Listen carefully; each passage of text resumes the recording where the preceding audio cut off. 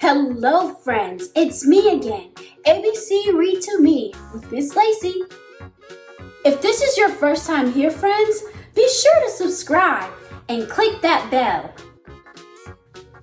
Did you know that the brain is in charge of everything that you do?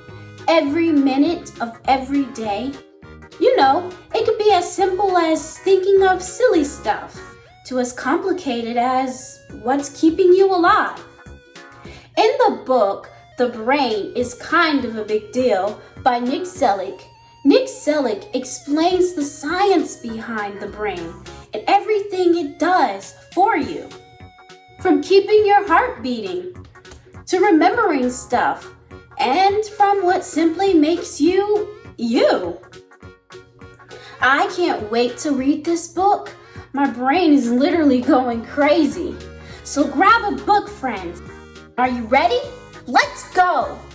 ABC! Read to me! Hello, friends. Let's go! The Brain is Kind of a Big Deal by Nick Seluk. Inside of your head, behind your eyes, and underneath your hair is one of the coolest things about you, your brain. Your brain is the command center of your entire body, a living computer. It's constantly collecting and storing new information about everything you experience. That way, the next time you experience the same thing, your brain will know exactly what to do. Without your brain, you wouldn't be able to read and understand these words, or even turn the page. Sure, for you, turning the page seemed easy, but your brain had to move a lot of different muscles in just the right way to make that happen. Your brain works really hard all the time without you even knowing it. Smart stuff. Scientists have been learning about the brain for a very long time, but they still don't know everything. It's so complex, we may never learn all there is to know, but scientists will never stop trying to discover more. Great work, Muscle! I just needed to flex a bit. Within your brain are 5 sections called lobes. Each lobe does something a little different, but the parts all work together, too. Don't worry, you don't have to remember their names. Let's just go over them. There's the frontal lobe, the temporal lobe, the parietal lobe, and way in the back is the occipital lobe. And right in the middle is something called the insular lobe. The brain is made up of billions of things called neurons. They talk to one another by sending messages through gaps called synapses. When your brain's neurons work together to help your body take action, you can do all kinds of complicated things. I'm sending you a message, pass it along. I'm sending a message, pass it along. Got it. Once a message leaves the brain, it travels through long, stringy nerves. Nerves are like roads. They connect the brain to everything else in the body. I'm getting pumped just watching this. Your brain also uses nerves to get messages back from the rest of your body. If you get a paper cut or scrape your knee, a nerve will let your brain know very quickly. Ouch! Tell brain, it's nerve. Ouch! Ouch. Got it, nerve. Thanks. Eyes, time to do your thing. Your brain connects to the rest of your body through the nervous system. The nervous system is made up of your brain, brainstem, spinal cord, and nerve. Your body is full of this weird stuff. Your brain makes your body do a lot of important things that keeps you alive without you even thinking about it, like telling your heart to beat. and your lungs to breathe. Crash, bang, Do a steady beat. dum dum, dum dum, dum dum. How's this? Perfect. Breathe. Gasp. Now do that forever. What? Involuntary versus voluntary. When your brain does something for your body that you don't have to think about, it's called an involuntary function. Examples of an involuntary function are tear production, blinking, sweating, digesting your food in your stomach. You can choose to make your brain do stuff too. When you do something because you want to, that's a voluntary function. Examples of voluntary functions are talking, walking, reading, and guess what, guys? Cleaning your room. Your brain tells you when you need to eat. Your stomach and gut send messages to your brain, and your brain decides when you're hungry or full. I'm ready for more food. Hey, I'm the one who has to do all the work. You just want things to taste good. It's okay, stomach. I know you're full, so we won't eat anymore. What about ice cream? There's always room for ice cream. Hey! Are you tired right now?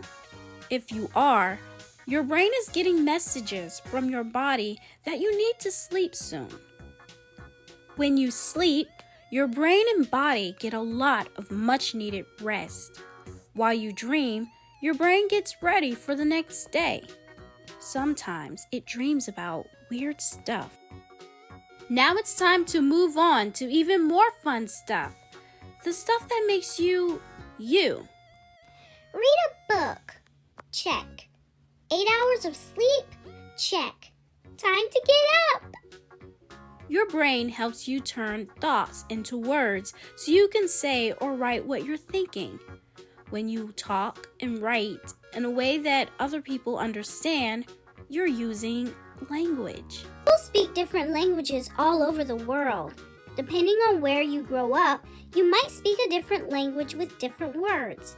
Many people even speak more than one language, which allows them to talk to even more people. Now I can talk about myself all over the world. Remember how the brain collects information like a computer and keeps it for later? Your brain is really good at using this information to figure stuff out, along with the senses. When you see something, a message is passed from the back of your eyes to the very back of your brain. Right. When the brain gets the message, the images are actually upside down and backward. Your brain is a good problem solver, though. It goes this way. Oh, that makes more sense. Your ears are always listening. When you hear something, whether it's the ocean or a song or a burp, your brain has to work to understand it. The sounds that you hear are made into messages that are sent to your brain. Your brain tells you what the sound is. It sounds kind of fuzzy. Don't tell me. It's a fly.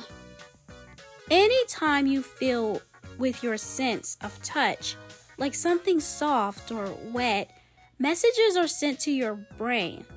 When you touch something, your brain's experience can be really useful, especially if whatever you've touched is sharp or too hot. Then your brain can help you avoid it to keep you safe. Abort! Don't touch that! Remember last time?